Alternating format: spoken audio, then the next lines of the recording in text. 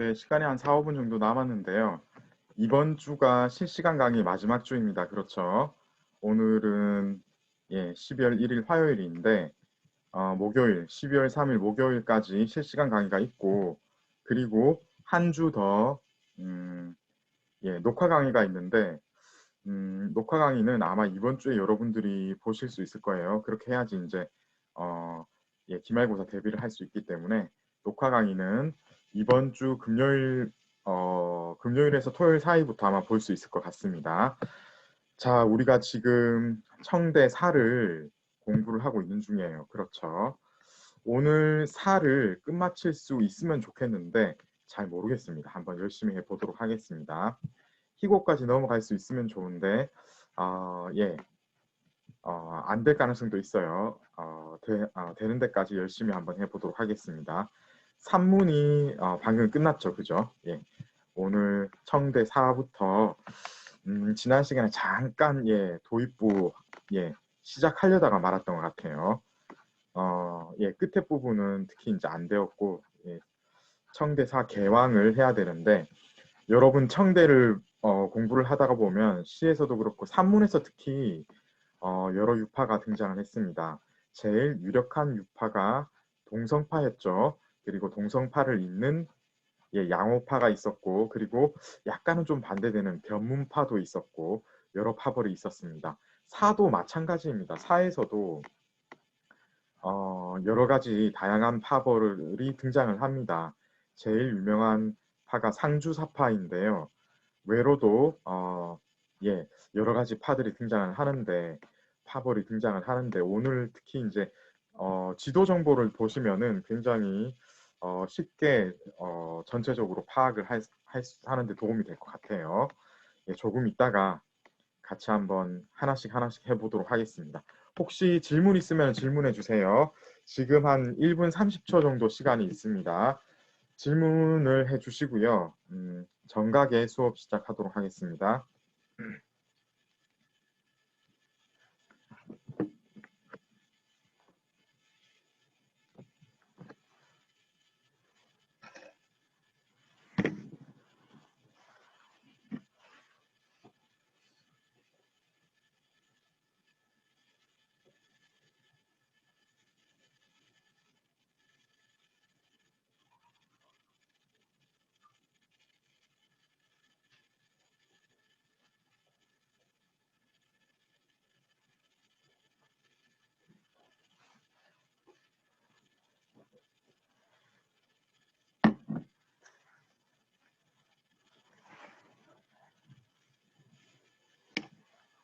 네, 질문을 제가 발견을 했는데요. 잠깐만요. 주예린 학생이 2차 글쓰기는 1차 글쓰기 포맷의 내용을 그대로 따르면 되나요? 아니면 그런데 이것은 1차 글쓰기 포맷의 내용을 따른다는 게 무슨 말인지 글쎄 글쓰기 동영상에서 단락 구성을 제가 제시를 했죠.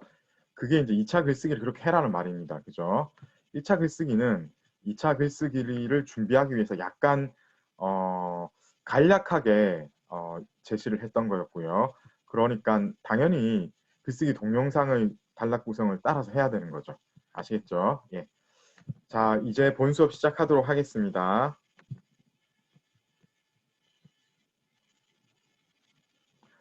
2차 글쓰기 포맷이 올라가 있을 거예요, 아마.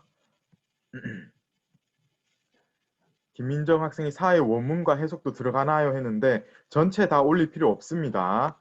전체 올리지 말고 꼭 필요할 때만 원문 해석을 하면 제시하면서 거기를 인용하면서 글쓰기를 진행하면 되겠습니다. 자, 이제 오늘 수업을 시작하도록 할게요. 예. 그래서 지금 우리가 청대 4를 해야 되는 거죠. 청사를 보면은 지난번에 잠깐 얘기를 했었습니다. 그죠? 보면은 지난 시대 작품의 정리와 연구에 몰두를 많이 했어요.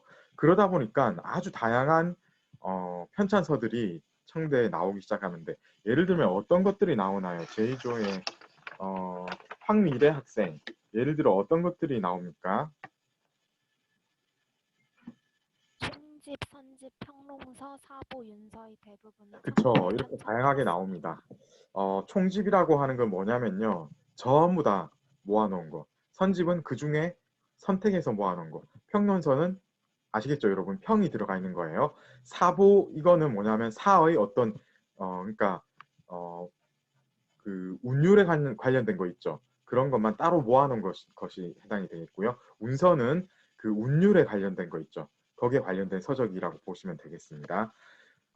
여기에다가 학구적인 분위기의 영향이 있었습니다.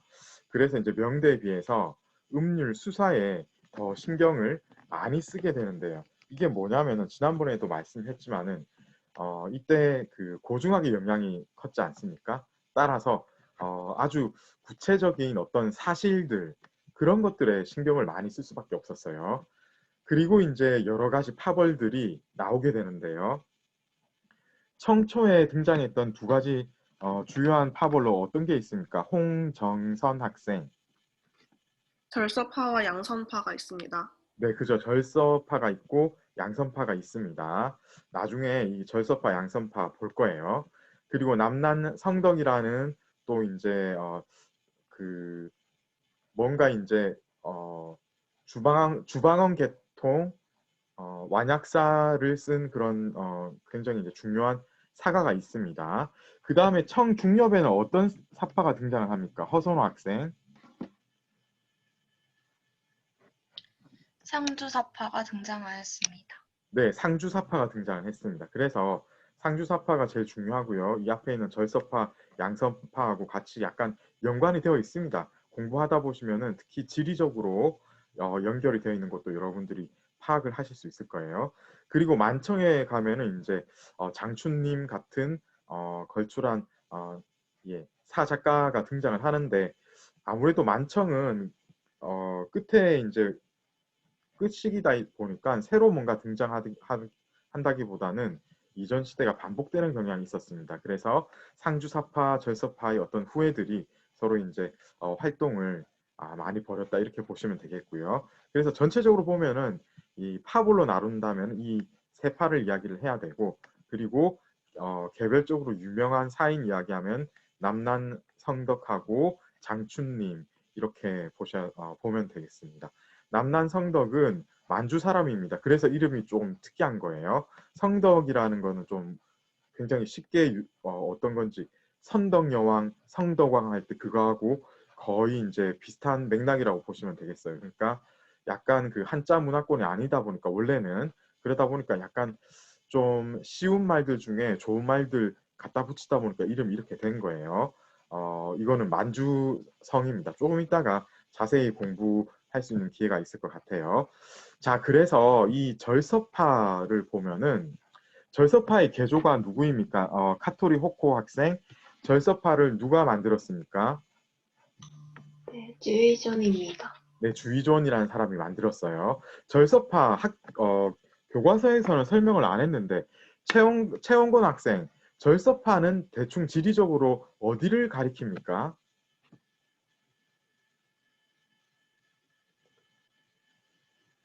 네, 알고 있습니다. 최원곤 학생, 예, 네, 지리적으로 어디를 가리킵니까? 절서파는요. 절서파 할 때 이 절서라는 말이 어디를 가리킵니까? 절강 북부랑 강서 남부를 네, 가리키는 거죠. 그렇죠. 그러니까 뭐냐면은 원래 이제 절서에서 여러분 이 절자가 절강에서 왔다라고 생각하면은 절강의 서쪽 예 비슷한데 조금 이제 다른 개념을 넣어야 되겠어요. 절강이 사실은 북쪽이고 강서성 남부. 그러니까 여기에는 그 소주라든가 이런 예 굵직굵직한 강소성의 도시들이 다 들어가겠어요. 예, 여기를 통틀어서 절서파라고 얘기를 하는데 사실 나중에 나오는 그 여러 다른 파벌들을 보면은 결국은 이 절서 지방 근처에서 왔다 갔다 하는 게 아닌가 이런 느낌을 여러분들이 아마 조금 이제 느낄 수 있을 거예요. 그래서 지리적으로 절서파가 어디라고요? 딱 한 군데가 아니라 절강 북부하고 강서 남부. 왜냐면은 그때부터 지금도 지금 그 어떤 지리적인 그 전체적인 지리적인 맥락을 가지고 지도 그 정보를 파악을 해 보시면은 이 절서라는 지방이 사실은 서로 굉장히 비슷하게 장강 유역의 한 일대로 연결이 되어 있는 것 같은 거를 여러분들이 알 수 있을 거예요. 그래서 행정구역상으로는 지금 현재로서는 절강, 강소 이렇게 나누어져 있지만은 이게 지금 옛날 기준으로 보는 게 오히려 더 특히 이제 문화적인 맥락에서는 타당하다. 그런 개념으로서의 절서라는 게 있었다는 거를 여러분들이 아시면 되겠습니다. 그래서 절서파가 거기서 이제 유래한 것이다. 근데 절서파의 주의존 이 사람이 이제 이 절서파를 만든 사람이라고 보면 되겠는데 이 사람의 주장이 조금 우리는 이 사람의 주장을 좀 알아야 되겠어요. A조의 A조의 강다윤 학생 주의조는 어떤 주장을 하면서 사를 어떻게 써야 한다고 얘기를 합니까? 남송의 감기와 장염을 떠받들어 깨끗하면서도 바르고 음율이 잘 맞는 작품을 창작해야 한다고 주장했습니다. 네, 그렇죠. 그러니까 이 이야기가 무슨 여러분 복습 지금 하고 있죠? 예. 감기, 장염 전부 어떤 스타일로 살을 썼습니까? 음률 잘 맞는 이게 이제 맞아떨어지는 거예요. 그죠? 깨끗하면서도 이것도 이제 좀 맞아떨어집니다. 그죠? 그러니까 약간 그 호방파하고는 조금 거리가 있어요. 이 사람들은. 그죠? 예. 굳이 따지자면 완약풍의 글을 쓰는데 음률에 특히 이제 신경을 많이 썼고 어떤 그 사의 그 경계 면에서 봐서는 그러니까 약간 청신한 쪽을 중요하게 취급을 했던 그런 사람들을 지금 따르자고 얘기를 하는 거예요. 이게 누구라고요? 절서파입니다. 절서파.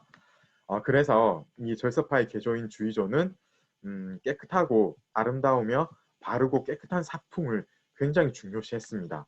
특히 이제 이 사람이 이런 주장을 하면서 절서파의 개조에 오르게 된 배경이 있었는데요. 그 배경에 대해서 좀 얘기를 해주실 수 있을까요? 김나연 학생.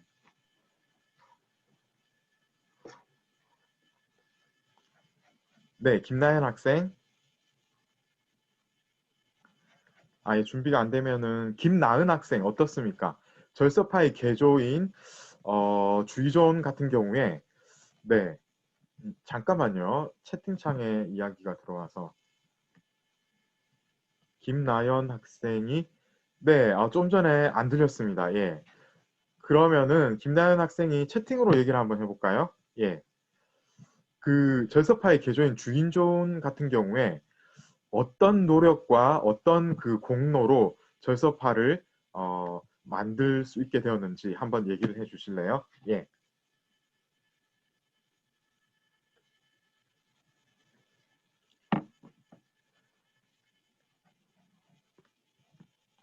네, 그렇죠. 여기 나온 이 부분인데요. 그러니까 뭐냐면은 학식이 중요한 거예요. 그리고 성실한 노력. 그러니까 여러분 그 호방파 같은 경우에는 이런 학식과 성실한 노력하고는 조금은 거리가 있어요. 이것보다는 무엇을 중시하죠? 기세를 중시합니다. 그죠? 어떤 웅장한 마인드 이런 거를 중시해요. 그런데 이쪽은 지금 절서파는 무엇입니까? 공부를 많이 하고 노력을 성실히 하고 그죠? 이런 식으로 접근을 하는 겁니다. 그러니까 이게 딱 이제 강기장염 그리고 그 전에 그 주방언 이쪽의 어떤 사풍하고 맞아떨어지는 겁니다. 그래서 이런 노력으로 결국은 이제 이론과 창정에서 모두 큰 성과가 있었고 마침내 이제 절서파를 우리가 이제 절서파 얘기를 하면은 주의존의 노력으로 이게 이루어진 어떤 사회 파벌이다라고 이야기할 수 있을 정도로 성과를 낸 겁니다. 그래서 결국 이제 주의존을 어떻게 평가를 합니까? 김나은 학생. 원명 이래 가장 뛰어난 사 작가로 평가받고 있습니다. 그쵸. 실제로 이렇게 평가하는 사람들이 많습니다. 원대, 명대 이래 가장 뛰어난 사 작가로 평가할 정도로 주의조는 굉장히 중요한 작가입니다. 그래서 사실 이제 뒤에 나오는 남난 성덕이나 다른 개인적인 어떤 사 작가들의 공로 못지않게 이 사람의 어떤 공이나 성과가 컸어요. 절서파라는 어떤 파에 약간 묻히는 경향이 있는데 어쨌든 개인으로만 따지고 들어가 보면은 역시 청대에서 가장 유명한 사 작가 하면은 주의존하고 뒤에 나오는 몇 사람 이야기를 해야 되는 겁니다. 그 정도로 여러분들이 청대 사 작가 하면 첫 번째로 반드시 이제 주의존을 이야기하지 않을 수가 없어요. 자, 이제 주의존의 사를 조금 읽고 넘어가야 되겠는데요. 잠깐 비조로 넘어가서 김민주 학생, 지금 보면은 이 개전추라는 작품 짧은데 한번 읽어봐 주시겠어요? 지난일 생각하며 강물 건너려니 여인의 눈썹 같은 푸른 산이 나지기 산 너머로 비추인다. 한 배 속에 나그네끼리 자며 가을 빗소리 들으니 얇은 대자리와 가벼운 이불로 제각기 추위 느낀다. 네, 감사합니다. 잘 읽어주셨고요. 자, 그리고 김종헌 학생, 지금 보면은 이 작품이 어떤 것 같아요? 여러분, 사하면 역시 완약사 아니면 호방사 크게 두 계열로 나눌 수 있지 않습니까? 지금 이 작품은 어떤 계열하고 비슷합니까? 읽어보니까 어때요? 김종헌 학생, 네, 완약사 같습니다. 역시 이제 완약한 기풍이죠, 그죠? 이게 호방한 어떤 기상을 느끼기에는 조금 무리가 있어요, 그죠? 지금 자잘한 이야기를 하고 있습니다. 좀 안 좋게 얘기하면요, 그죠? 그런데 이거를 이제 좋게 이야기하면은 굉장히 섬세하게 어떤 정서를 다루고 있는 거예요, 그죠? 호방사는 전에 말씀드렸지만 어떤 거죠?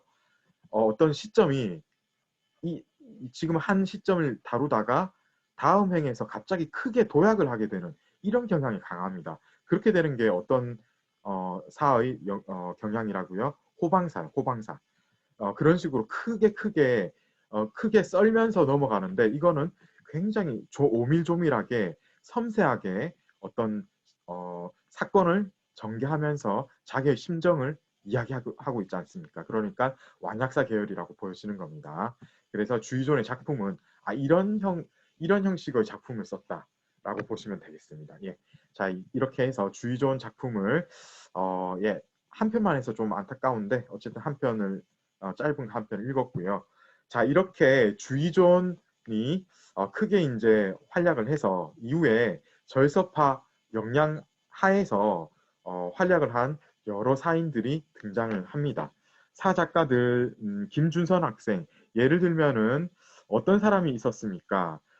주의전 이후에 이 절서파를 이끈 사람이 있었는데 누구입니까? 1호 학번 김준성 학생. 네, 여학과 황홍조입니다. 네, 그쵸. 그런데 그 사단의 영수로 활동했던 사람 역시 여학이죠, 그죠? 예, 여학 같은 경우가 이제 주의전 이후에 어떤 사단의 큰 인물로 부각이 되는 이런 사람입니다. 그래서 이 사람의 작품이 그나마 이제 주의존 이후에는 읽어볼 만한데 그래도 주의존을 제외하면 사실 절서파에 속하는 사람들 중에 어떤 크게 두각을 나타나는 인물은 조금 없는 편이에요. 이 여학의 작품의 경향은 어떠했습니까? 18학번 김준성 학생. 내재적인 작가 정신은 결여되었지만 아름다운 문구와 성조를 갖춘 사를 창작하였습니다. 네, 잘했습니다. 그러니까 뭐냐면요.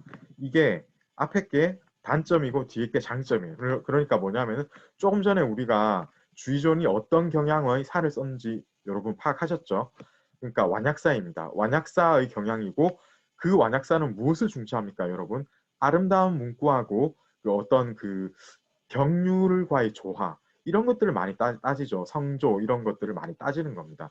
그래서 이런 것들, 그러니까 예술성이라고 한다면은 그러니까 좋게 평가를 하자면은 어떤 그 문학의 순수한 예술성을 추구를 했던 그런 사 작가들이라고 보시면 되겠는데 특히 이제 여학 같은 경우에 그런 경향이 강한데 문제는 뭐냐면은 너무 이런 데만 몰두하면은 내재적인 작가 정신, 내재적인 작가 정신이란 무엇입니까, 여러분?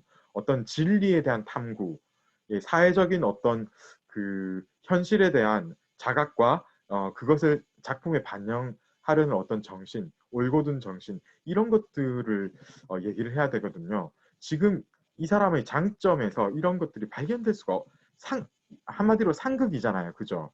그렇기 때문에 이 단점이 이게 이제 너무 크게 나오는 거예요.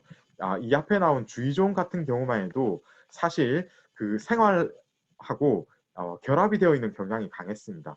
그래서 보면은 이 주의종 좀 전에 우리가 읽었던 개전추 같은 경우에도 자기의 어떤 그 현실 생활에서 소재를 취해가지고 어떤 사회의 전체적인 방향을 전개하고 있다라는 것을 발견할 수가 있는데 문제는 이 이후에 나온 사람들은 그 어떤 현실감이 결여된 채로 이렇게 이제 아름다운 문구와 성조 위주로만 하다가 보니까 아무래도 이제 내재적인 작가 정신 자체가 거의 발견이 안 되는 그런 결점이 있다. 이런 것들을 여러분들이 염두에 두셔야 되겠고요. 그 다음에 김해오름 학생 절서파에 또 한 명 언급할 만한 사 작가가 있습니다. 누구입니까?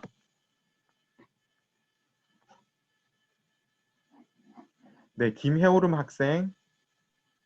항홍조입니다. 네, 항홍조입니다. 이름도 너무 어렵죠, 그죠? 근데 왠지 이 사람은 트로트를 불렀을 것 같은 그런 이름 아닙니까? 어쨌든 이런 사람이 있었는데 그런데 이 사람은 지금 좀 전에 우리가 이야기했던 여학보다 단점이 더 두드러집니다. 그러니까 여러분 전체적으로 보시면 이런 거예요. 처음에 개조가 있습니다. 그리고 보통 두 가지 경향이 있습니다. 개조가 있으면은 그 다음 때에 나오는 사람이 그야말로 문학사에 평가할 만한 위대한 사람이 나오는 경우가 있습니다.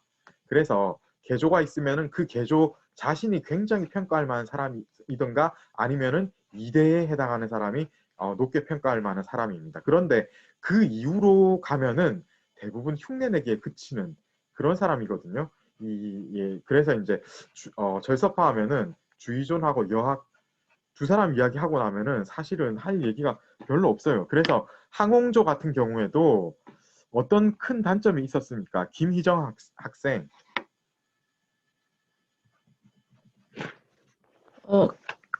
재주를 부린 듯한 가벼운 표현이 드러나는 게 단점입니다. 네, 그렇죠. 그러니까 뭐냐면은 지금 우리가 내재적인 작가 정신 이런 이야기를 지금 문학성에서 평가를 하는 기준으로 삼으려고 하는데 이 사람은 이러고 있는 거예요. 그죠?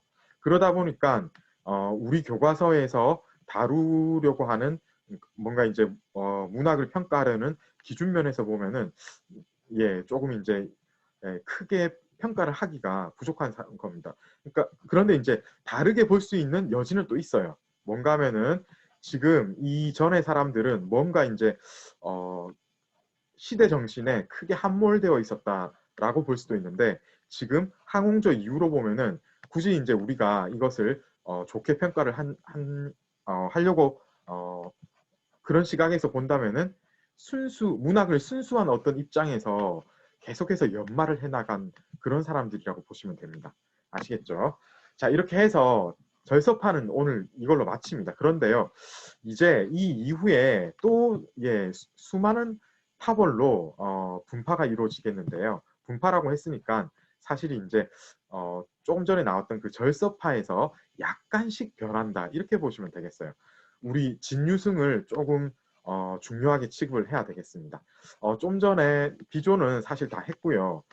C조로 넘어가기 전에 A조를 제가 이제 미처 다 못 부른 것 같아서 A조의 김다은 학생, 진유승은 어떤 파의 개조였습니까? 양선파의 개조입니다. 그죠. 양선파의 개조였습니다. 김미래 학생, 진유승 같은 경우에 특히 이제 작품 창작에 있어서 다른 사 작가들하고 확실하게 구별되는 부분이 있습니다. 어떤 부분에서 많이 구별이 됩니까? 작품을 많이 창작했습니다. 그렇죠. 작품을 압도적으로 많이 창작을 했습니다. 여러분 이전에요. 유규 같은 시인이 작품을 정말 많이 창작을 했거든요. 유규는 진짜 만 편 이상 쓴 사람입니다. 그런데 사는 여러분 어떻습니까? 사실 사패에 맞춰서 이렇게 하다 보니까 게다가 사는 굉장히 길게도 써야 되고 그래서 한 편 쓰기가 조금 시간이 많이 걸려요. 그러다 보니까 1600여수라고 했는데 이것 자체가 사실상 10,000편 이상 쓴 거에 버금갈 정도라고, 10,000편 이상의 시를 쓴 거에 버금갈 정도라고 여러분들이 이해를 하시면 되겠어요. 한마디로 어마어마하게 많이 쓴 겁니다.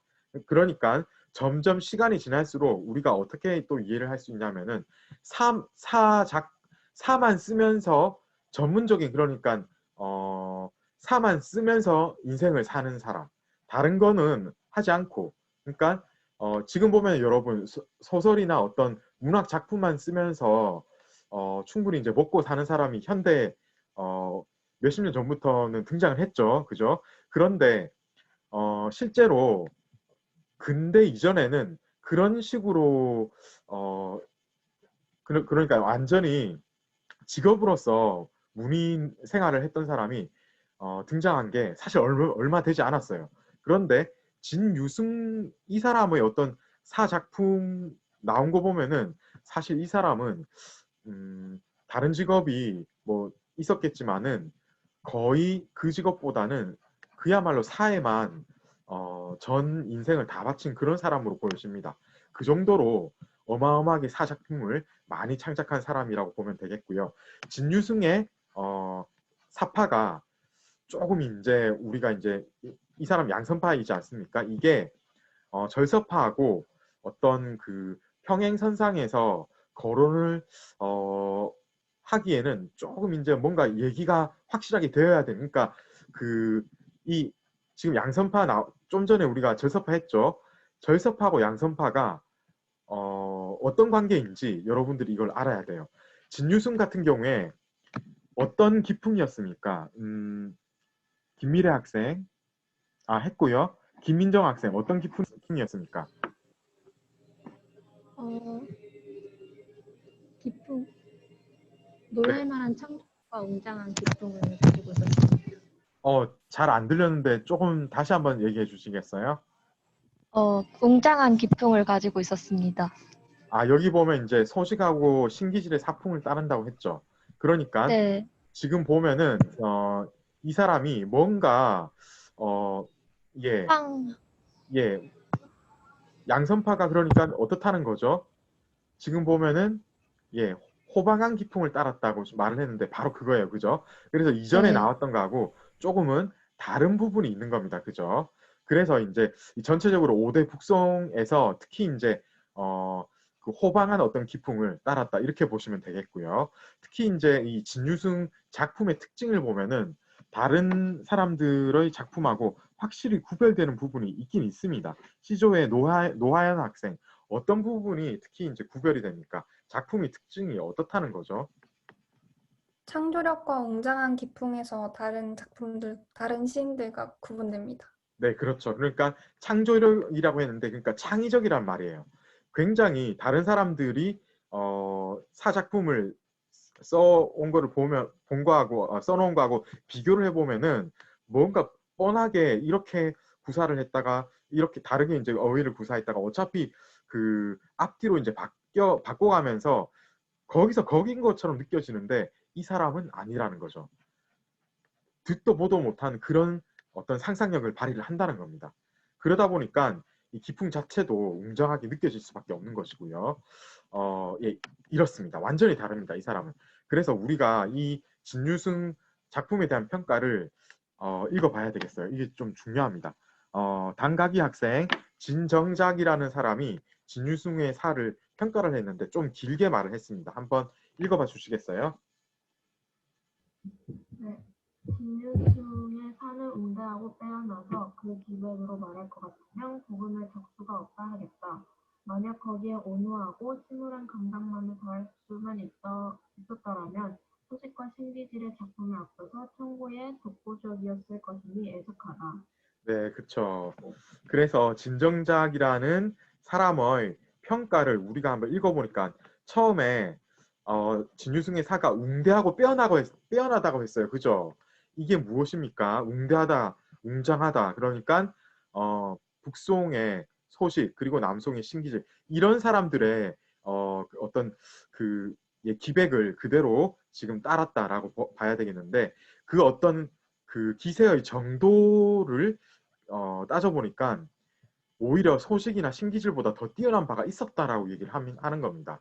그런데 단 하나 이 사람이 아쉽게 생각하는 것은 이게 너무 이제 강하게 부러지지 않게 이렇게만 나와 있고 뭔가 좀 약간 다른 어떤 변화하는 부분이 없어서 그런 게 조금 더해졌더라면은 이 앞에 우리가 이야기하고 있는 소식과 신기질보다 오히려 더 뛰어난 사 작가라고 해야 될 정도가 아닌가라고 말할 정도로 진유승의 사가 뛰어나다라고 이야기를 하고 있는데 이 말은 결국 소식과 신기질보다는 조금 모자란다라고 평가를 한 거라고 봐야 돼요. 아시겠죠? 그러니까 뭐냐면은 어떤 그 웅혼한 기백으로만 본다면은 오히려 소식과 신기질을 넘어섬이 있다. 그런데 그 변화무쌍함에 있어가지고 약간은 이 두 사람에 비해서는 모자라는 부분이 또 있다. 이렇게 이야기를 하고 있는 겁니다. 자, 이렇게 해서 진유승 작품에 대한 어떤 그 예전부터 내려오고 있는 그 평가도 우리가 한번 만나봤고요.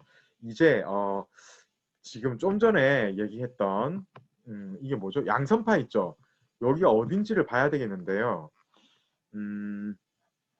양선파 이게 바로 이게 조금 있다가 우리가 보겠는데 상주 나오죠, 여러분. 이 상주가 뭐냐면 상주사파 할 때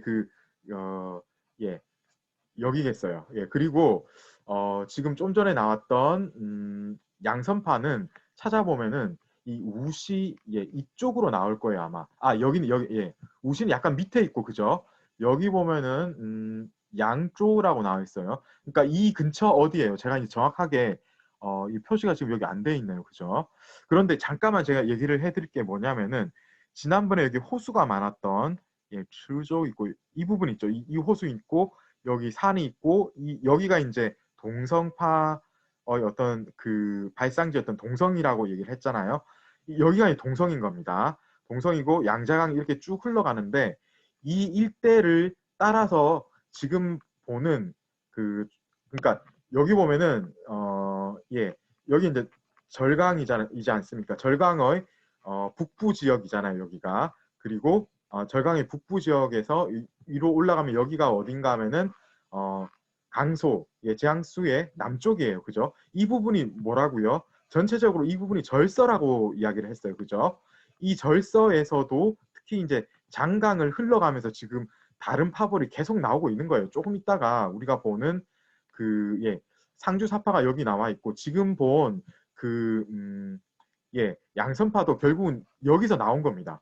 그리고 뒤에 나오는 것들도 그렇고 제가 표시를 여기 했네요. 여기에 이렇게 되어 있습니다. 지금 보면은 우시하고 창조 바로 사이인 이 부분 있죠. 여기가 양선파에 해당이 되겠어요. 이게 지금 여러분 화면에서 좀 보이실지 모르겠는데 다른 부분하고 다르게 약간 이렇게 경계가 이렇게 되어 있는 부분이 있죠. 약간 이렇게 나와 있죠. 이게 제가 이제 표시를 하려고 애를 쓴 결과가 이렇게 나온 거예요. 이쪽이에요. 그러니까 태호의 바로 서쪽편 이쪽입니다. 그래서 전체적으로 보면은 동성파가 어디냐면 다시 보여드릴게요. 호수가 있는 이쪽이었어요. 칠조 있는 이쪽이에요. 바로 왼쪽에. 여기에서 장강이 이렇게 흘러간다고 했죠. 이렇게 가면서 난징 나오고 이쪽에 흐어페 하빗이 여기 있고 이렇게 쭉 장강이 흘러가는데 이 가에서 전부 이제 중요한 도시들이 다 나옵니다. 난징 여기 있고 양조 있고 창조 여기 상주사파 여기서 나왔고 우시 이것도 이제 중요한 어떤 공간이 되겠는데 수조가 여기 있죠. 여기 항조 있고 닝보 여기 있고 샤오싱 노신의 고향입니다. 여기가 다 중요해요. 다시 한번 말씀드립니다만은 통틀어서 여기가 절서파라고 이야기할 때 그 절서가 이 공간입니다. 여기를 이야기하는 거고요. 그 중에서도 그 안으로 들어가 보면 지금 우리가 다룬 양선파가 바로 여기서 나왔어요. 그리고 조금 있다가 다음으로 이야기할 상주사파가 또 여기서 나오는 겁니다. 아시겠죠? 그래서 공간적으로 파악을 해보면은 이렇다는 것을 여러분들이 전체적으로 이제 알고 넘어가야 되겠고요. 자, 진유승의 작품을 우리가 최소한 한 편 정도는 해야 될 것 같습니다. 시조에 노하연 학생 했죠. 단각이 학생 했고 문예성 학생이 서러워하는 것도 같다. 여기까지 한번 읽어봐 주시겠어요? 이기려면 어수선한 가을 사념, 서리 내린 다리 위에서 피리구멍에 불어넣어 싸늘한 가을바람 맞으며 슬픈 가락을 분다. 물귀신의 슬픈 울음도 같고 여인 잔나비의 시름과도 같고 낡은 무덤을 서러워하는 것도 같다. 네, 자, 감사합니다. 그 다음에 박가은 학생이 끝까지 한번 읽어봐 주시겠어요? 하늘의 달빛도 얼어붙어 진나라 땅 관문이나 초나라 땅 언덕까진 비추지 못할 것만 같다. 무수한 귀뚜라미 낡은 벽돌 틈바구니에서 울고 있으니 생각건대 오늘 밤 병풍에 기대 누워도 좋은 꿈 이루기는 글렀구나. 라고 이야기를 하면서 끝맺고 있는데 여러분 이게요. 사실 이것만 딱 내놓고 여러분한테 제가 예를 들어서 문제를 낸다고 합시다. 지금 이 작품은 호방사입니까? 아니면 완약사입니까? 라고 했을 때 여러분이 좀 애매할 것 같아요. 그죠? 왜냐면 호방사를 진유승은 호방사 썼다면서요 했는데 보니까 어떤 호방한 기운하고는 조금 기세하고는 조금 거리가 있잖아요. 그죠? 그런데요, 여러분 이게 완약사라고 전형적인 어떤 완약사라고 보기에도 조금 문제가 있어요. 왜냐하면 완약사는 약간 그 어떤 약간 자잘한 어떤 잘게 끊어가면서 그 자기의 어떤 상념에 대해 깊게 침잠하는 이런 느낌이거든요. 그런데 이게 호방한 어떤 기풍으로 그 슬픈 감정을 노래하면은 이런 식으로 될 수 있다는 거예요. 그래서 지금 여러분 이거 지금 보면요. 어떤 그 한 가지 그 사물이나 자기의 심정에 깊이 침잠하지 않고 계속 넘어가고 있습니다. 계속 넘어가면서 특히 이제 이 부분 하늘의 달빛도 얼어붙어 진나라 땅 관문이나 초나라 땅 언덕 크게 이제 썰면서 넘어가는 이런 부분이 나오게 돼 있죠. 그러면서 제일 끝에 병풍이 기대에 누워도 좋은 꿈 이루기는 글렀구나 하고 이렇게 툭 던지듯이 이렇게 자기의 감정을 한번 내려놓고 끝맺고 있는 거예요. 그래서 사실 이거는 굉장히 제가 이런 문제를 내지는 않을 거예요. 그런데 굉장히 이제 완약사와 호방사를 구분할 때 전문가 수준으로 많이 읽은 게 아니면 사실 정확하게 집어내기는 힘든데 어쨌든 이것은 호방사에 속하는 게 되겠습니다. 물귀신의 슬픈 울음 이런 식으로 그러니까 완약사에서 물귀신 이런 거 안 나와요. 말 자체가 안 나옵니다. 예. 그런 것보다는 뭔가 좀 아름답고 예. 다른 사람이 읽기에 상쾌한 느낌 이런 게 나와야 되고 그 다음에 애잔한 느낌이 나와야 되지. 약간 이런 그 서글프면서도 뭔가 그 뭐 약간 그 모골이 성연한 느낌도 주면서 이런 느낌 있잖아요. 그죠? 이런 느낌은 안 나와요. 완약사에서는.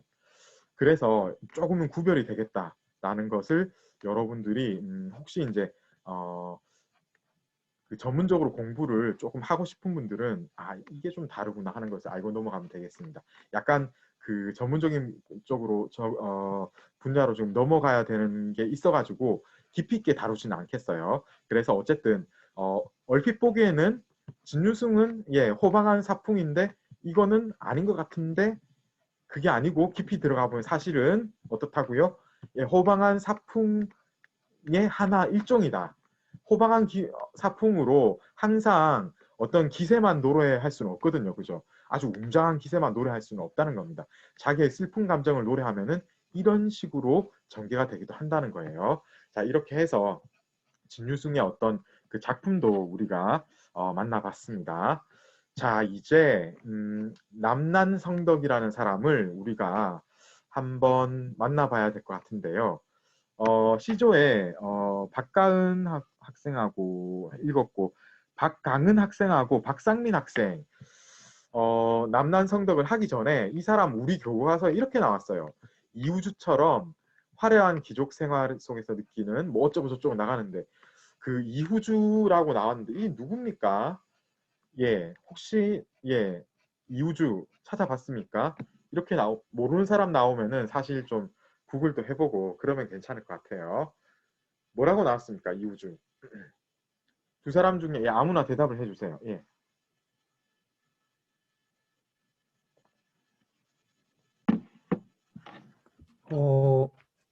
중국 5대 십국 남당의 후주 이분 맞나요? 아, 네, 맞습니다. 그죠? 예, 잘했습니다. 사실 큰 기대는 안 했는데 열심히 잘 찾아주신 것 같아요. 그래서 이 사람은 이후주 할 때 이름이 후주 아니에요. 이국주하고 관계는 전혀 아니에요. 전혀 아니고 뭐냐면은 예, 성은 이씨인데 예, 후주는 뭐냐면은 남당이라는 5대 10국의 한 왕조의 제일 마지막 임금이라고 보시면 되겠습니다. 그래서 선주 있고 후주, 보통 우리가 그 삼국지에 총나라 이야기할 때 선주하면은 유비입니다. 그리고 후주가 나오죠. 예. 그런데 후주는 항상 약간 덜 떨어진 인물로 나오지 않습니까? 그죠? 예, 그런데 이 사람은 문학적인 재능은 탁월했습니다. 이 이후주는요, 되게 그 사를 잘 썼어요. 그러니까 가장 그 위대한 사 작품을 쓴 그 사 작가 이야기하면은 몇 사람 이야기할 때 이후주, 이욱이 들어갑니다.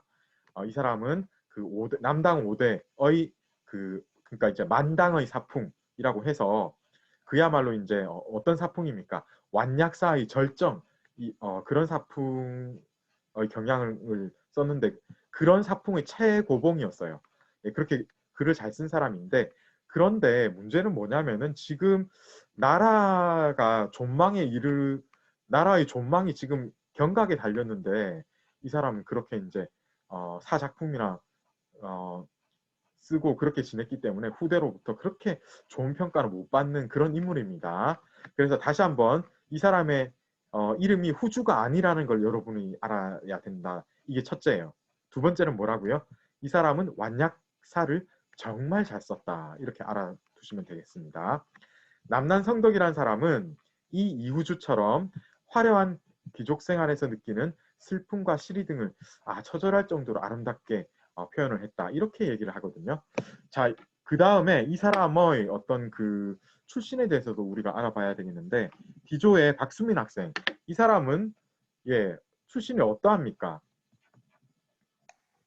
만주 정왕기 출신입니다. 그죠. 만주 우리 책에는 정백기라고 나와 있는데 아닌 것 같아요. 제가 조사한 바로는 만주 정왕기 출신입니다. 조금 이따 이게 무슨 말인지를 제가 이제 자세히 설명을 해드릴게요. 지금 이게 무슨 뜻인지 모를 거예요 아마.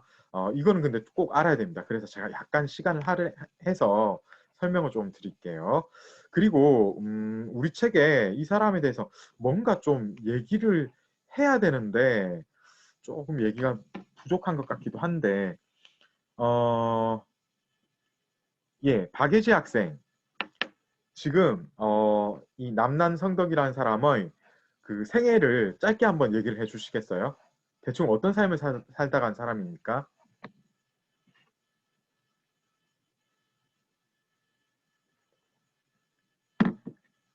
네, 박예지 학생. 예, 준비가 안 되면 박준환 학생이 해주실래요? 이 사람의 삶은 어땠습니까? 남란성덕의 삶은 뭔가 사람들로부터 동정과 공감을 불러일으켰습니다. 여기 써 있어요. 예, 전체적으로는 그렇습니까? 이런 삶을 살았습니다. 어떻습니까? 이른 나이에 진사시 합격하고 강의제 총애를 받았지만 요절했습니다. 그죠. 이게 이제 이 사람의 전체적인 삶의 특징이다. 그러니까 뭐냐면은 22살에 진사시 합격. 여러분 이게요 보통 일이 아닙니다. 사실 진사시 이거 뭐 아무렇게나 보는데 우리하고 중국의 어떤 그 과거 시험이 약간은 달랐습니다. 어떻게 다른가 하면요. 물론 우리나라에서도 그 진사시가 있었죠. 그런데 진사시 합격을 하고 나면요. 우리나라에서는 다시 이제 대과를 봐야 돼요. 뭐 그런 과정을 더 거쳤어야 됐어요. 그런데 중국에서는 진사시를 합격을 하면 일단은 이러면은 그 벼슬을 받을 수 있는 후보가 되는 거예요. 예. 그러니까 한마디로 진사시 합격 전과 합격 후가 용이 되느냐, 용이 안 되고 이무기로 남느냐 그 차이인 겁니다.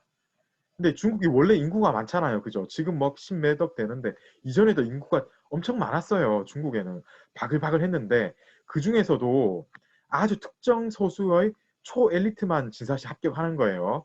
그러니까 이 사람 지금 아주 이른 나이에 진사시 합격을 했으니까 어떤 겁니까? 그야말로 초천재였다는 겁니다. 이 사람이. 그래서 어린 나이에 진사시 합격을 해가지고 출세가도를 달렸는데 특히 강의저의 총애를 받을 정도로 재능이 있었다라는 것이 드러나 있고, 그런데 31세에 요절을 했다고 하거든요. 여러분은 우리 그 간단한 구글을 통해서도 이 사람의 어떤 그 일대기나 이런 거는 발견을 할 수가 있는데, 예를 들어 구글 한번 쳐가지고 나무 위키나 뭐 위키 같은 데 봐보세요.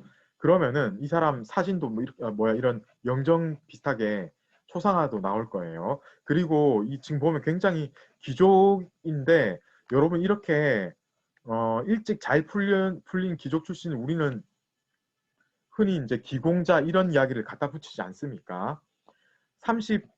이게 보면은 55년부터 85년까지, 그러니까 만으로 이게 31세가 우리나라 나이로 31세입니다. 그러니까 만으로 30 전후에 죽었으니까 지금 이 초상화의 이 인물이 아무리 나이를 많이 잡아도 만으로 30이 안 된 얼굴이라는 건데, 전혀 이게 그렇게는 안 보이는데 좀 이상하지 않습니까? 그죠? 아, 예, 좀 이상해요. 이게 기공자라는데, 예, 뭐 그런데 얼굴은 전혀 이상합니다. 좀, 예. 그런데 이게 아마 너무, 예, 좀 어린 나이 때부터 예전에는 그 어른 대접을 받고 어른의 일을 한 것 같습니다. 명나라 때 그 어떤 우리가 그때의 예, 풍속을 보더라도 15살 되면은 머리를 틀어 올리고, 흔히 이제 속된 말로 상투 틀어 올린다라고 하죠. 그리고 이제 어른 취급을 했어요. 결혼을 했든 안 했든. 그 판가름되는 기준되는 나이가 몇 살이라고요? 15세. 많이 아니고 횟수로 이야기해서 15세입니다. 그때 딱 되면 어른 취급을 하는 거예요. 그러니까 이게 지금 예, 어른 되고 한 15년 지난 얼굴이다 이렇게 보면은 약간 좀 이해를 할 수 있는 부분이 있지 않을까 싶습니다. 자, 그래서 지금 보면은 이 사람은 그야말로 이 시대 때 가장 잘 나가는 그런 집안 출신의 가장 잘 나가는 초엘리트였습니다. 또 하나 우리가 이 사람의 어떤 능력을 알 수 있는 게 판가름할 수 있는 게 있는데요. 방세현 학생, 이 사람은 어떤 황실 사업에 종사를 했습니까? 홍지단경의 1,800여 권의 대편찬 그쵸. 사업을 완성했습니다. 지금 보면은 이 사람이 이런 예, 대편찬 사업인데 이게 지금 1,800여 권이라고 하죠. 여러분 사실 100권만 해도 어마어마하거든요. 실제로 한 사람이 100권의 어떤 서적을 편찬하기가 만만치 않습니다. 평생을 다 어떤 자기의 힘과 시간을 다 들여도 그렇게 하기가 쉽지가 않은데, 이 사람은 이 1,800여 권, 그러니까 뭐냐면은 감독을 했던 것 같아요. 다른 사람들하고 같이 이제 작업을 했죠. 개인으로서는 지금 이렇게 빨리 죽은 사람이 어떻게 이 1,800여 권을 일일이 자기가 다 했겠습니까? 안 되는 거예요. 그러니까 여기서 우리 교과서에서 대편찬 사업을 완성을 했다라고 하는 것은 뭐냐면은 이 사람이 관리 감독을 했다, 이렇게 보시면 되겠어요. 자, 그리고 우리가 이제 이 남난성덕이라는 사람의 작품을 한번 조금 있다가 이제 읽기도 하고 그 전체적인 특징을 한번 봐야 되겠는데요. 전체적으로 보면 어떤 특징이 있습니까? 배수연 학생. 세상 물정에 때묻지 않은 다정다감한 귀족 청년의 슬픔과 고뇌가 담겨 있습니다. 네, 이렇다고 하네요. 조금 있다가 우리가 지금 보겠습니다. 그러니까 보면은 뭔가 때묻지 순수한 그리고 다정한 어떤 귀족 청년의 슬픔, 고뇌 이런 것들이 사회에 들어있다고 합니다. 그걸 이 사람이 썼다는데 지금 보면 좀 우는 얼굴이라서 좀 순수한 느낌은 들고 있습니다. 예, 그렇죠. 그래서 이게 이제 결국은 많은 독자들의 동정과 공감을 불러일으킨다고 하는데요. 잠깐 이제 8기에 대해서 이야기하고 넘어가야 되겠습니다. 잠깐 이 앞에 가서요. 여기서 만주 정한기라고 하는데 이게 8기의 일종입니다. 8기가 뭐냐면요. 8개의 깃발, 군단 이런 뜻이거든요. 실제로 만주족은 8기를 어떤 기점으로 해서 기반으로 해서 일어난 그런 민족 국가라고 보시면 되겠습니다. 나중에 이것은 8기제라고 이야기할 수 있을 정도예요. 그래서 우리가 이 청나라가 실제로 어떤 예, 커다랗게 이제 크게 발전한 어떤 나라의 형태로까지 굳어지지 못했다면 8기군 이야기만 해야 되겠는데 실제로는 중국 전체를 지배하면서 몇백 년을 버틴 그런 민족 국가이기 때문에 우리는 8기제라고 이야기하는 게 오히려 타당해 보입니다. 그러니까 어떤 사회 체제 자체가 8기가 중심이 되었다는 거예요. 원래 처음에는 중앙의 8개 군사 집단을 일컫는 그런 표현이었습니다. 그런데 이게 나중에는 다시 한번 말씀드립니다만 어떤 사회적인 지위를 상징하는 그런 의미도 있기 때문에 8기제라고 부르는 게 더 타당합니다. 실제 구성은 4+4, 정남기, 정황기, 정백기, 정홍기라고 있는데 중간에 색깔입니다. 남색, 아시죠? 네이비, 예, 그 색이고 황색, 백색, 그러니까 이제 붉은색, 홍색. 여기에다가 정자를 갖다 붙였어요. 그러니까 뭐냐면은 이거는 정방형이라고 보시면 되겠어요. 실제로 정황기 깃발을 제가 가져왔습니다. 이게 이제 정황기 깃발이에요. 정방형의 어떤 깃발인데 황색 바탕에 지금 보면 그 용 한 마리가 그려져 있잖아요. 이게 정황기입니다. 그리고 제가 이제 옆에 가져온 거는 양황기입니다. 이게 뭐냐면 양자는 여기 보시면 아시겠지만은 이게 무슨 글자인가 하면은 삥 두르다, 주위를 두르다 이런 뜻이에요. 그래서 홍색으로 주위를 쭉 둘렀죠. 그리고 예, 정방형이 아닙니다. 가운데에 황색이 있어요. 그죠? 원래는 이 정황기의 이 모양이었겠는데 이거를 조금 이렇게 이제 오각형으로 바꾸면서 끝에를 이렇게 이제 예, 홍색으로 이렇게 이제 처리를 했어요. 이게 양황기입니다. 이게 이제 예, 양황기고 그 다음에 다른 깃발도 그런 식이라고 생각을 하면 되겠어요.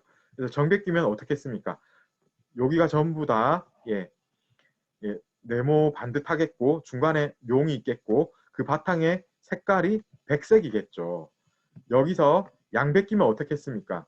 여기서 나머지는 전부 똑같아요. 이쪽에 이 부분만 예, 백색이 되면 그게 양백기가 되겠어요. 그런데 이게 이 부분이 홍색이지 않습니까? 양홍기 같은 경우에는 이거를 홍색으로 둘러야 되는데 이 안에 것도 홍색인데 그죠? 중복이 되니까 양홍기만 이 바탕이 하얀색일 거예요. 하얀색으로 처리가 되어 있습니다. 그래서 이 4+4 구조를 우리가 8기군이라고 얘기를 합니다. 그런데 이 8기군은 조금 차별적이었어요. 지금 빨간색으로 처리된 정황기, 정백기, 양황기가 상급입니다. 그래서 바로 이제 황제의 직속 부대에 해당이 되었고 나머지 5개는 하옥이 위에 이 3개를 상 위에 있는 3개의 기라고 해서 삼상기라고 했고 하옥이라고 해서 나머지를 하옥이로 처리를 하고 그 제5의 부대 약간은 어떤 그 끝발이 약간 딸린 거예요. 예. 그런데 지금 우리가 이야기하고 있는 남난성덕은 어느 출신이라고요? 정황기 출신입니다. 정황기 깃발 제가 가져왔죠. 상이 세 부대에 속합니까? 그렇습니다. 속합니다. 이 중에서도 이 3개 중에서도 가장 이제 수위에 해당되는 것은 양황기예요. 양황기 같은 경우에는 바로 황제의 친위 부대였습니다. 그렇기 때문에 이 3개 중에서도 그야말로 가장 이제 우두머리격에 해당이 되겠는데 그거 바로 밑에 해당되는 게 정황기이겠어요. 그 정도로 뭔가 지금 출생 자체가 이 남난성덕이 예사롭지 않게 여러분 가장 쉽게 비유 들 수 있는 게 신라의 골품제에 해당이 되겠습니다. 신라 골품제 보면은 성골은 무엇입니까? 왕족과 왕족이 결혼해서 그 후대가 이어지면은 그 후대를 우리가 이제 성골이라고 하지 않습니까?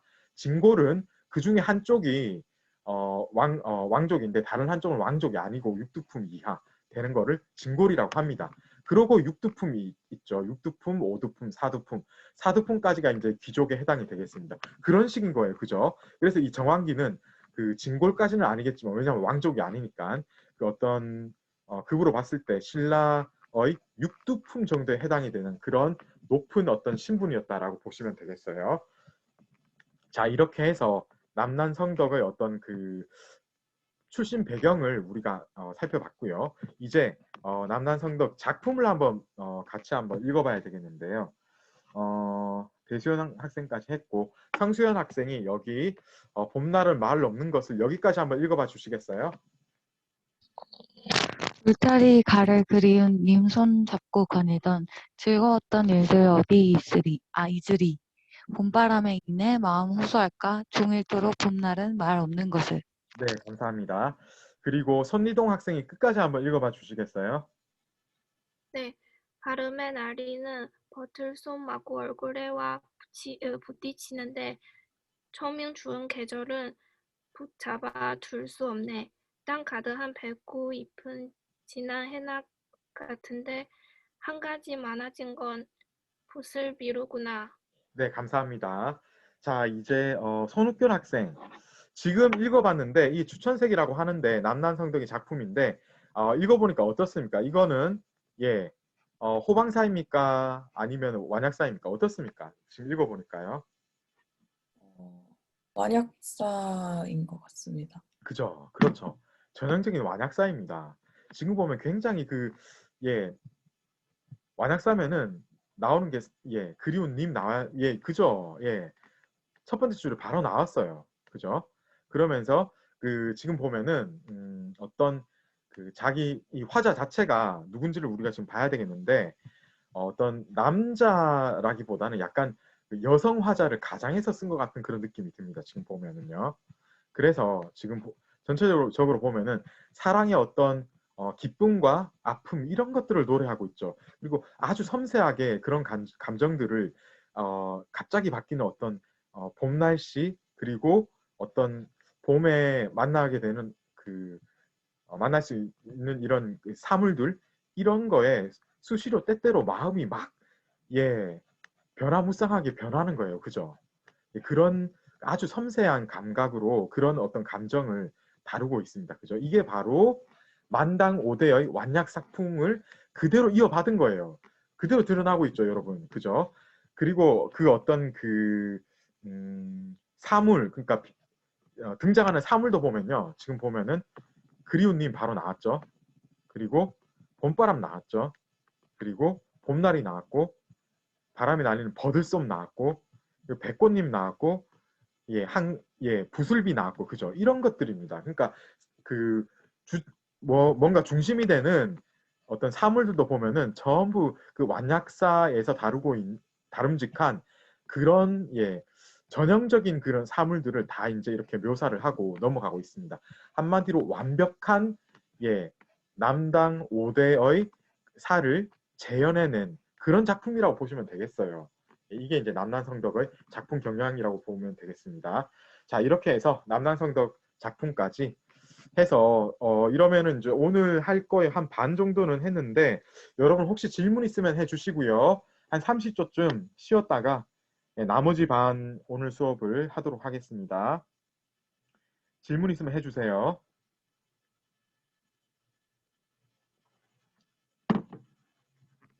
교수님 질문 있는데요. 네, 질문해 주세요. 그 호방사랑 완약사를 구별할 때는 그럼 시어로 구분을 하나요? 전체적으로 다 봐야죠. 전체적으로 다 봐야 되는데 가장 확실하게 구별이 되는 거는요. 좀 케이스 바이 케이스인데 예를 들어서 어떤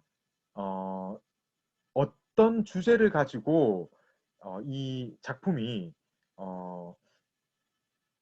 그 묘사의 어떤 태도를 취하고 있는지 이거를 가장 중시해야 돼요. 예를 들어서 완약사가 아니라 호방사 같은 경우에는요. 역사의식을 많이 다룹니다. 그렇기 때문에 역사의식이 딱 나왔으면은 이거는 거의 100%입니다. 호방사인 거예요. 그리고 어떤 그 작품에 뭔가 사랑하는 님과의 안타까운 마음이 있죠. 헤어져서 안타까운 마음이나 아니면 님이 지금 보이지 않아서 막 미칠 것 같은 마음 이런 거 있죠. 이런 거를 노래하는 그런 식으로 전체적으로 흘러갔다 이러면 거의 100% 완약사인 겁니다. 이게 이제 가장 확실하게 구별하는 방법이에요. 그런데 그게 아니고 이게 이제 이 사람들이 딱 한 가지만 쓰는 게 아니거든요. 그죠? 그러면은 이제 자세하게 들어가 봐야 돼요. 근데 그렇게 자세하게 들어가 볼 필요는 지금 현재 여러분 수준에서는 없다는 거죠. 아시겠죠? 오늘은 약간 처음에 한 거에서 약간은 좀 그 어떤 경계선상에 있었던 작품이 있어가지고 조금 좀 전문적으로 분석해야 될 그럴 필요성이 있긴 했는데 여러분들은 너무 깊이 들어갈 필요는 없어요. 자, 이제 나머지 반을 해봐야 되겠습니다. 상주사파를 공부해야 됩니다. 자, 2조에 손옥결 학생까지 했고 선주민 학생 지금 보면은 양선파가 쇠퇴를 하고 절서파 작가들 같은 경우에는 점점 어떤 경향을 보이게 됩니까? 의고의 경향을 보이게 됩니다. 그렇죠. 그래서 양선파의 어떤 그 호방한 기풍도 점점 사그러들고 절서파 작가들 같은 경우에는 창의적으로 뭔가 완약선을 써도 그 창의적으로 하면은 뭐 아무 말 안 하죠. 그런데 남의 흉내만 계속 내고 이러니까 답답하죠. 뭔가 사에 돌파구가 보이지 않는 거예요. 이럴 때 등장한 사파가 있습니다. 예, 상주사파죠. 여러분 상주사파의 우두머리가 누구였습니까? 개조가 누구였습니까? 신수경 학생 누구였습니까? 장혜연입니다. 예, 장혜연이라는 사람이었습니다. 이 장혜연을 필두로 한 양호파 동의는 약간 이제 그 뭔가 특색이 있었어요. 그러니까 다른 사파들에 비해서 뭔가 이제 그 배움의 배경이 약간은 특색이 있었습니다. 어떤 부분이 달랐습니까? 신혜령 학생. 경학의 조예가 깊었습니다. 네, 그래서 변문을 잘 썼죠. 그러니까 경학의 조예가 깊었다 이 말은 무슨 말인가 하면은 예, 고증하게 뛰어났다 이 말이에요. 그러니까 한마디로 그 당시 가장 뛰어난 학자들이 상주사파를 결성을 했고 그리고 변문도 잘 쓰는 그런 사람이었다는 겁니다. 아시겠죠? 특히 이 사람들이 특히 이제 장혜연이라는 사람이 어떤 주장을 했습니까? 좀 전에 신혜령 학생 한 것 같은데 심홍섭 학생. 네, 국풍과 이소의 뜻을 사회에 적용시켜 함축성 있고 부드러우면서도 성실한 사회의 창작을 주장했습니다. 그렇죠. 그런데 이게 사실은 굉장히 추상적인 말일 수도 있습니다. 국풍, 이소 이거 뭡니까? 2조에 아무나 좀 대답해 주세요. 예, 2조에 아무 분이나 대답해 주세요. 국풍하고 이소 이 도대체 뭡니까? 국풍은 뭐죠? 이소는 뭐죠?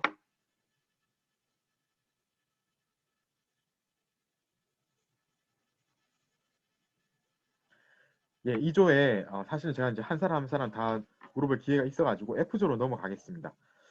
F조에 또 이제 여기에 대해서 아무나 한번 대답해 보세요. 국풍이 뭐예요? 이소는 뭐죠?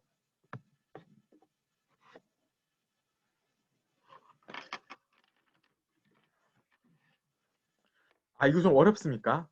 예, 지금 보면은 사실 지난 학기부터 저하고 같이 공부한 학생이 거의 없어서 그럴 수도 있을 것 같습니다.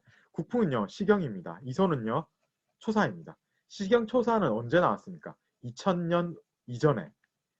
그 초사가요, 지금부터 아무리 짧게 잡아도 2000 몇백 년 전에 나온 거거든요. 그거 이전에 나왔던 게 시경이거든요.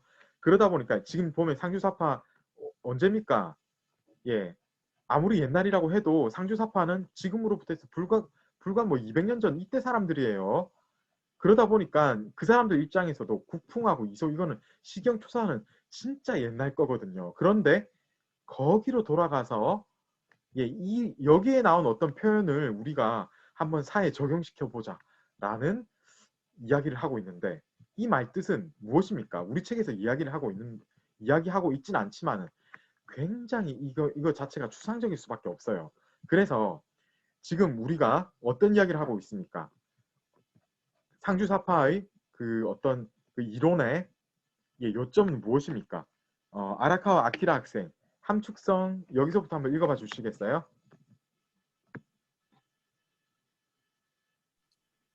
네, 다시 한번 말씀해 예, 주세요. 함축성 있고 여기서부터 한번 읽어봐 주시겠어요? 함축성 있고 부드러우면서도 손실한 사이 전작을 주장했습니다. 이런 주장을 했거든요. 그러니까 함축성 있고 이 말 뜻은 비유를 많이 썼다. 예, 그런 뜻이에요. 그리고 부드러우면서도 그러니까 약간 호방한 사풍하고는 약간 거리가 있는 겁니다. 그죠? 그러면서도 성실한 사의 창작을 주장을 했다. 그러니까 약간 너무 추상적이죠. 그죠? 앞에 부분 특히 함축성이 있다 이 말 자체는 그죠? 그러니까 비유적으로 쓰자 이 말인데 국풍의 어떤 비유, 이소에 나오는 비유 이런 것들을 한번 우리가 펼쳐보자. 굉장히 이제 손에 구체적으로 잡힐 수 있는 이런 이야기는 아닙니다. 그렇기 때문에 여러분들이 여기에 대해서 크게 의미를 두고 들어갈 필요는 없습니다. 뒤에 말에 더 주목해 주세요.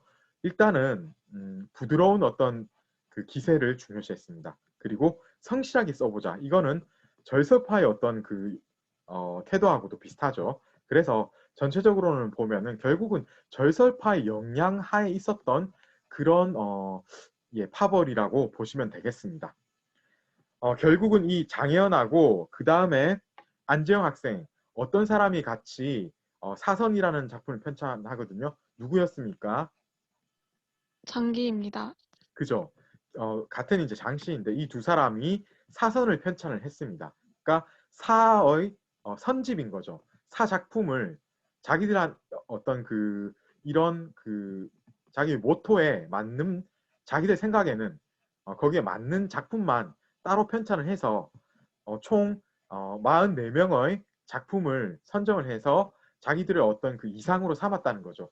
이렇게 두 사람이 나서고 나니까 여러 사인들이 여러 사 작가들이 이에 호응을 하게 되는데 이 총체적인 무리를 우리가 상주사파라고 얘기를 한다. 이렇게 보시면 되겠어요.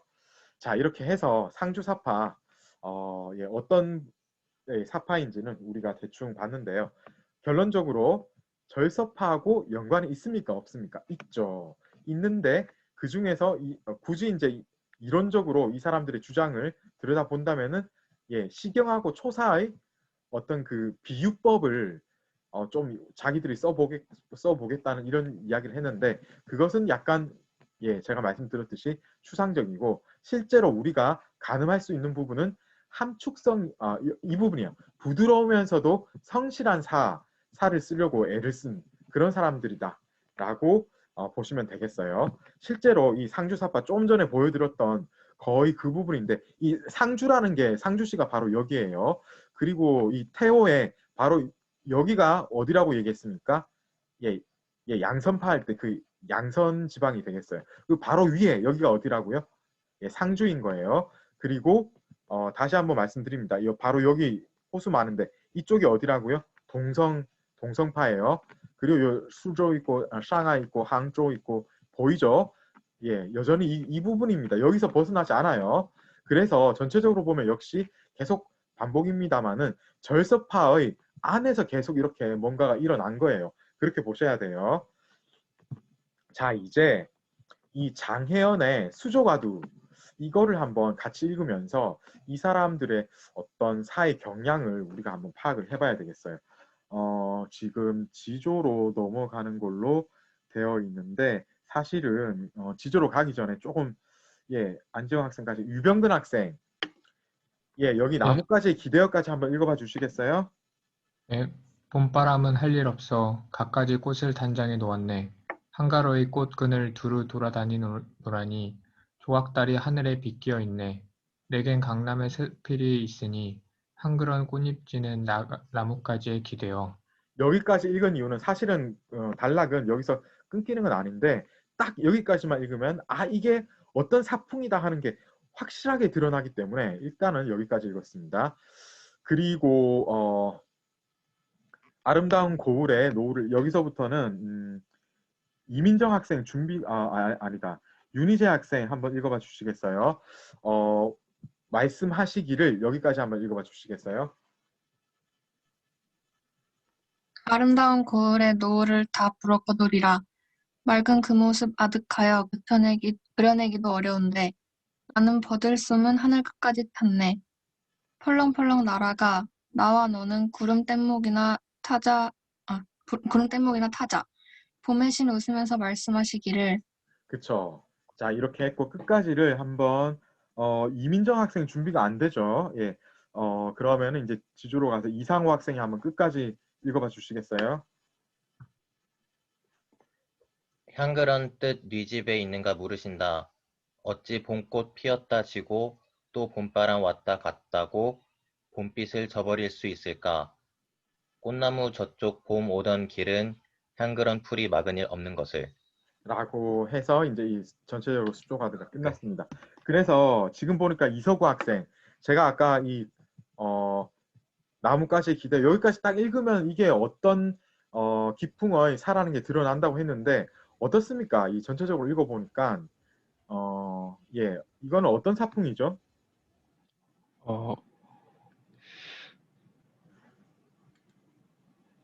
굉장히 그 부드러우면서도 성실한 느낌이 드는 사입니다. 일단은 처음에 딱 끊어야 돼요. 이게 완약사인지 호방사인지 거기서부터 이야기를 해야 돼요. 어떻습니까? 완약합니다.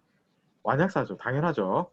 그러면은 그 다음에 이 완약함을 우리가 짐작할 수 있는 어떤 소재나 아니면은 어떤 표현법 이런 것들을 살펴봐야 되겠어요. 어떤 부분을 알 수가 있습니까? 이서구 좀 전에 했죠. 예, 이수민 학생 어떻습니까? 봄바람, 꽃잎 등등 기대어 등에서 완약한 사풍이 느껴집니다. 그죠. 그런데 사실은 그것뿐만 아닙니다. 더 나옵니다.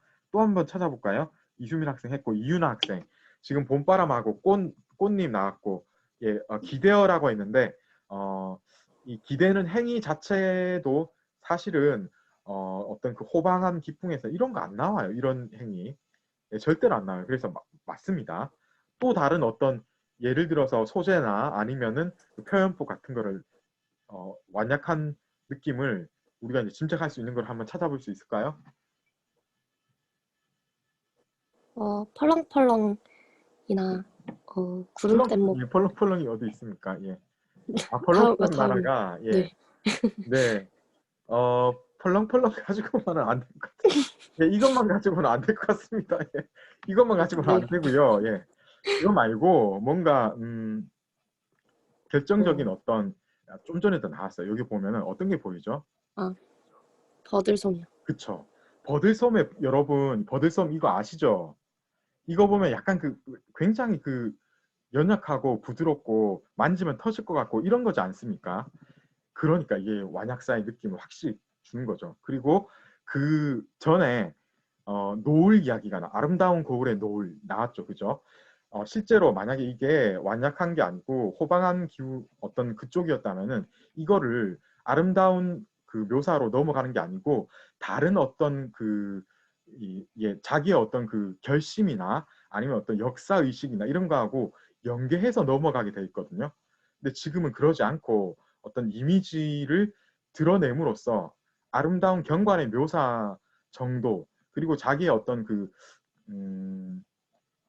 자기의 어떤 그 부드러운 어떤 서정 같은 것 그런 거에 자기가 이제 집중하고 있다는 사실 이런 거를 드러내는 차원에서 이 아름다운 거울의 노을이 나와 있지 않습니까? 그러다 보니까 이게 이제 완약한 어떤 기풍의 사라는 게 확실하게 이제 드러나는 겁니다. 그리고 뒤에 이제 가다 보면은 봄의 신 이런 거 봄의 신이 어떤 그 호방사에서는 절대로 나오지 않아요. 이런 게 봄의 신 같은 게 굳이 나온다면 좀 전에 나왔지만 뭐가 나왔습니까? 뭐 귀신 같은 거 이런 게 나왔잖아요. 신이 나오더라도 바람의 신 이런 게 나오죠. 봄의 신 이런 거 절대로 안 나와요. 예. 그리고 향그러운 이런 이야기나 봄빛 이야기나 그쵸 향그러운 풀 이런 거 있죠. 이게 전부 어떤 완약사의 결정체라고 보셔야 되겠고요. 그리고 좀 전에 우리 장혜연 이 상주사파가 정말로 성실한 사파라고 했죠. 그게 이제 여기에서 드러난 겁니다. 그러니까 사실 그 완약한 기풍이 아니고 뭔가 호방한 기풍 같은 경우에는 완약한 느낌의 노래를 할 때도 있어요. 그 사람들. 그런데 제가 이제 좀 전에 우리가 이제 다뤘던 것 중에서 어떤 자기의 슬픈 감정이 드러나더라도 그냥 대충 던지고 끝내버리거든요. 근데 이 사람들은 어떻습니까? 자기의 어떤 뭔가 하고 싶은 말을 그런 감정을 굉장히 주저리 어떻게 보면은 너무 길게 늘어쓰죠. 사실 뭐 한 두세 줄이면 끝날 것 같은 그런 건데 그죠? 크게 끊어서 만약에 이제 묘사를 했다면 사실 네 줄 안 넘어가거든요. 그런데 똑같은 거라도 지금 보면 이 사람 어떻습니까? 굉장히 길게 성실하게 자세하게 묘사를 하고 있죠. 이게 이제 어떤 그 성실함이 드러났다고 봐야 되는 거예요. 자, 이렇게 해서 어떤 상주사파의 경향을 우리가 또 한번 봤고요. 이제 시간이 아직 조금 더 있기 때문에 이 그 상주사파의 세를 확대한 주제를 우리가 보도록 하겠습니다. 좀 전에 우리가 제가 이제 잠깐 이야기를 했던 것처럼 어떤 파가 있으면은 그 파의 개조 아니면은 두 번째 세대가 중요하다고 했지 않습니까? 이 상주파도 마찬가지입니다. 제일 중요한 거는 역시 그 앞에 나왔던 그 사람이고, 그런데 2대에 해당하는 이 주제도 우리가 중요하게 봐야 돼요. 참 이 주제가 이 사람 이름입니다. 이 사람은 또 이름이 왜 이런지 주제입니다. 이름이. 이 사람이 이제 상주파의 세를 확대한 거예요. 그래서 이 주제의 공헌이 있습니다. 어떤 면에서 큰 공헌이 있었습니까? 지금 지조에 이종호 학생 어떤 면에서 공헌이 있었습니까? 이종호 학생 준비가 안 되면 이재원 학생 한번 말씀해 주시겠어요? 네, 상주파의 세를 확대했습니다. 확대했는데 이론을 굉장히 체계화했어요. 그러니까 이전에는 조금 추상적이라고 이야기를 했죠, 그죠? 그런데 이 장혜연의 어떤 추상적인 이론을 주제가 조금 더 이제 체계적으로 정리를 해서 이렇게 이제 편찬을 하게 되는 겁니다. 그리고 이 사람은요, 이 주방언, 신기질, 오문영, 왕기손, 기왕에 있던 사람들의 어떤 작품을 편찬을 해서 뭐라고 이름을 지었습니까? H조의 이채림 학생. 송사가 사선. 네, 그렇죠. 송사가의 사선.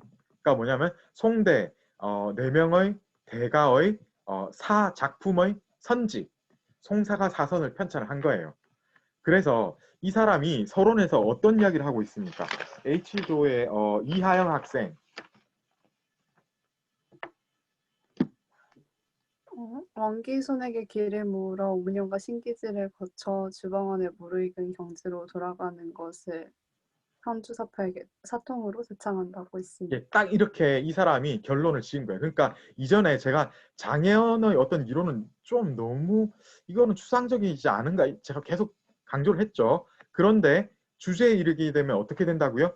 이제는 좀 구체적이게 됩니다. 그래서 이 앞에 나오는 이 저술서와 그리고 이 송사가 사선 두 개가 결합이 되어 가지고 구체적으로 이 상주파의 어떤 큰 틀이 확정이 되는 거예요. 그래서 왕기손, 오문영, 신기질, 주방언 이런 사람들의 작품을 상주파가 따랐다라고 보시면 되겠어요. 아시겠죠? 그래서 이제 전체적으로 보면 이 절서파에 대해서 규모가 확대된 것을 우리가 알 수 있고요. 그리고 이현지 학생, 단점이 그런 데 있습니다. 상주파의 단점은 뭐라고 볼 수 있겠습니까?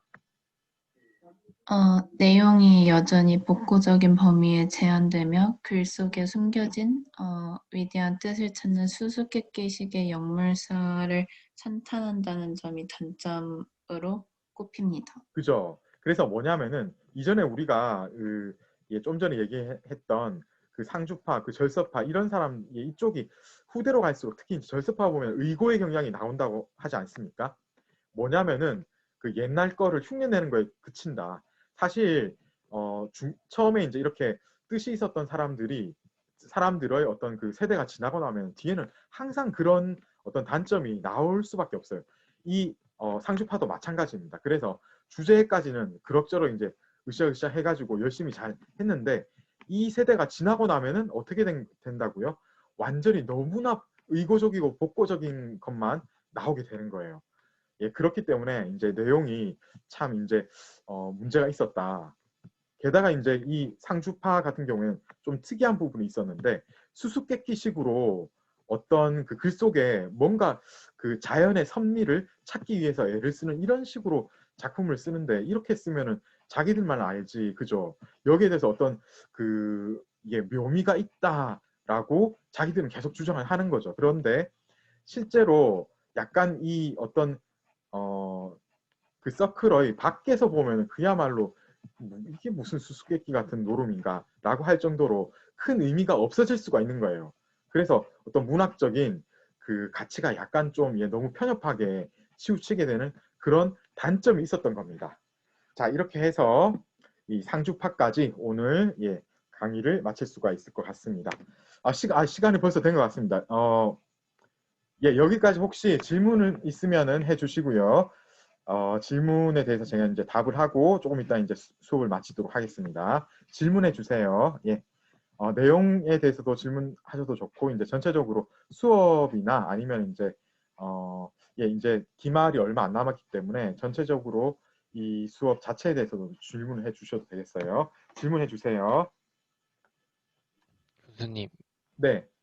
그 PPT 파일을 혹시 따로 올려주실 수는 없는 거죠? 그게 사실 전부 다 그 제공이 되었거든요. 네, 그 강의 영상은 알고 있습니다. 강의 영상이 아마 빠지지 않고 다 제공이 되었기 때문에 제가 이제 그게 이제 안 하는 게 좋을 것 같아서 안 네, 하기로 알겠습니다. 결정했습니다. 네, 그래서 감사합니다. 강의를 빨리 돌려보면서 특히 이거를 강의 빨리 그때 사실은 이거를 요점을 파악을 해서 해 주시는 게 좋았는데 시간이 약간 늦긴 했지만은 지금부터라도 하면은 성과가 좀 괜찮게 나올 것 같아요. 또 이제 질문이 있으면 해 주시겠어요?